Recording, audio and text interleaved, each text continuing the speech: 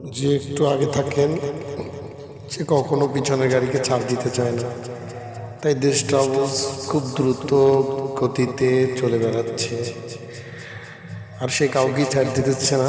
সে চাচ্ছে আরো একটা গাড়িকে ওভারটেক করে যাওয়ার জন্য। আমরা তার পিছে পিছে চলিয়ে বেড়াচ্ছিলাম, কিন্তু সে আমাদেরকে প্রত্যাশিত পুরাটাই তার বাম্পারে বাম্পারে রেখেই দিল। যাই হোক, যত গতি তত ক্ষতি।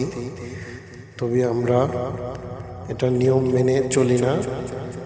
তবে যদি আমরা এরকম নিয়ম মেনে চলতাম, হয়তো দেশে দুর্ঘটনাটা কমে যেত। কিন্তু অনেকেই চাচ্ছে যে একটু আগে যাওয়ার জন্য, একটু ওভারটেক করে চলে যাওয়ার জন্য।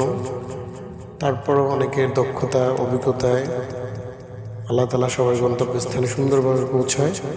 আমরা ওর পিছনে পিছনে চলে বেড়াচ্ছি, আল্লাহ তাআলা নিয়ে আমাদেরকে সুন্দরভাবে পৌঁছে, এটাই আল্লাহর কাছে আমরা